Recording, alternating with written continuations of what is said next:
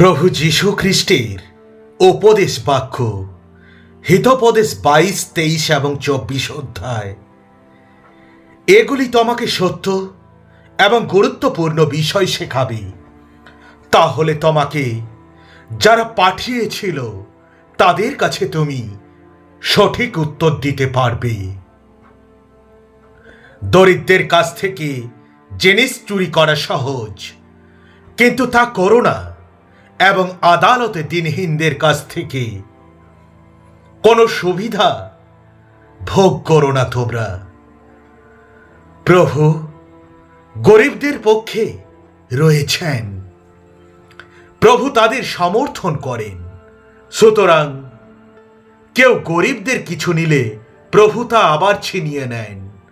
রাগচোটা লোকের সাথে তোমরা বন্ধুত্ব করো না। যে লোক খুব তাড়াতাড়ি রেগে যায় তার খুব কাছে যেও না। যদি তুমি তা করো তাহলে তুমি হয়তো তার মতো আচরণ করতে শিখবে এবং সংকটে পড়বে। অন্যের ঋণ শোধের অঙ্গীকার করো না। তুমি যদি জামিনদার হিসেবে সেই ঋণের অর্থ পরিমাণ পরিশোধ করতে না পারো তাহলে তুমি সব হারাবে। কেন শুধু শুধু নিজে শয্যাটুকু খোয়াতে যাবে? সম্পত্তি সীমার পুরাতন চিহ্ন যা তোমার পিতৃপুরুষগণ স্থাপন করে গিয়েছিলেন তা বদলে দিও না। যদি কেউ নিজের কাজে অত্যন্ত দক্ষ হয় তাহলে সে রাজাকে সেবা করার যোগ্য। তাকে আর সাধারণ লোকের জন্য কাজ করতে হবে না। দুর্জন ব্যক্তিদের হিংসা করো না, তাদের কাছাকাছি থাকবার ইচ্ছেও করো না। তারা সব সময় অন্যের ক্ষতির পরিকল্পনা করে। তারা প্রত্যেকে সমস্যা সৃষ্টির ষড়যন্ত্র করে বেড়ায়। প্রজ্ঞা এবং বোধ দিয়ে গড়া একটি বাড়ি দৃঢ় হয়। জ্ঞান দুর্বল এবং সুন্দর সম্পদ দিয়ে ঘরগুলিকে ভরে দেয়। প্রজ্ঞা মানুষকে বলবান করে, জ্ঞান মানুষকে আরো শক্তি দেয়। যুদ্ধের আগে তোমাকে খুব সতর্কভাবে পরিকল্পনা করতে হবে। যদি তুমি যুদ্ধ জিততে চাও তাহলে তোমার অনেক উপদেষ্টার প্রয়োজন হবে। মূর্খরা কোনোদিন জ্ঞানের মর্ম বুঝবে না। যখন মানুষ কোনো গুরুত্বপূর্ণ বিষয় নিয়ে আলোচনা করে তখন মূর্খরা কিছুই বলতে পারে না। যদি তুমি সব সময় সমস্যা সৃষ্টির পরিকল্পনা করো তাহলে অন্যরা তোমাকে জানবে একজন সমস্যা সৃষ্টির নায়ক হিসেবে এবং তারা আর তোমার কথা শুনবে না। মূর্খ ব্যক্তি শুধু পাপের পরিকল্পনা করে। লোকরা ঘৃণাপূর্ণ লোকদের ঘৃণাই করে। সংকটের সময় তুমি যদি দুর্বল হয়ে পড়ো তাহলে তুমি সত্যি সত্যি একজন দুর্বল লোক। যদি লোকরা একজন ব্যক্তিকে হত্যার ষড়যন্ত্র করে তাহলে তুমি সেই ব্যক্তিকে রক্ষা করার আপ্রাণ চেষ্টা করবে। তুমি বলতে পারো না, এটা আমার কাজ নয়। প্রভু সব জানেন। তিনি এও জানেন তুমি কি করো এবং কেন করো। প্রভু তোমাকে লক্ষ্য করছেন। তোমার কাজ অনুযায়ী প্রভু তোমাকে পুরস্কার দেবেন। হে পুত্র, আমার মধু খাও। মধু বড় উত্তম বস্তু। চাক ভাঙা মধু ভীষণ মিষ্টি।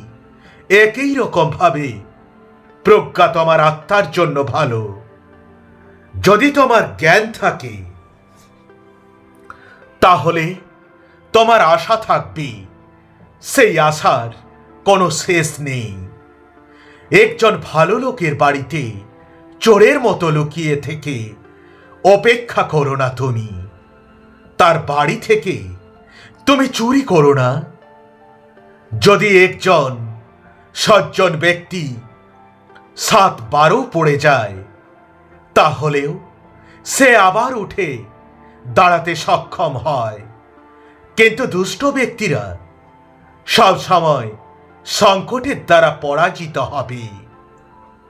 শত্রুর বিপদে আনন্দিত হইও না, তোমার শত্রু পড়ে গেলে উল্লাস দেখিও না। যদি তুমি তা করো, তাহলে প্রভু তা দেখবেন এবং প্রভু তোমার প্রতি তুষ্ট হবেন না। তখন হয়তো প্রভু তোমার শত্রুকে সাহায্য করতে এগিয়ে আসবেন। দুর্জন ব্যক্তিদের তোমার চিন্তার কারণ হতে দিও না তুমি, এবং দুর্জনদের প্রতি তুমি ঈর্ষা করো না। এই দুর্জনদের কোনো আশার প্রদীপ নেই, তাদের আলো অন্ধকারে পরিণত হবে। পুত্র, রাজা এবং প্রভুকে সম্মান করো। যারা রাজা ও প্রভুর বিরুদ্ধে তাদের সঙ্গে যুক্ত হয় না, কারণ ওই লোকগুলো শীঘ্রই ধ্বংস হয়ে যাবে। তুমি তো জানো না তাদের বিরুদ্ধে ঈশ্বর এবং রাজা কতখানি সমস্যা নিয়ে আসতে পারেন। তাদের উপর হঠাৎ বিপর্যয় নেমে আসবে। এগুলি হলো জ্ঞানবানদের উক্তি। একজন বিচারক নিরপেক্ষ হতেই হবে। চেনা লোক বলে তাকে সমর্থন করা বিচারকের উচিত নয়। প্রভুর ধন সম্পদের চেয়ে সুনাম বেশি কাম্য। রূপ ও সোনার চেয়ে সম্মান পাওয়া ভালো। ধনবান দরিদ্রদের মধ্যে একটি মিল আছে। সদাপ্রভু তাদের উভয়ের এই নির্মাতা।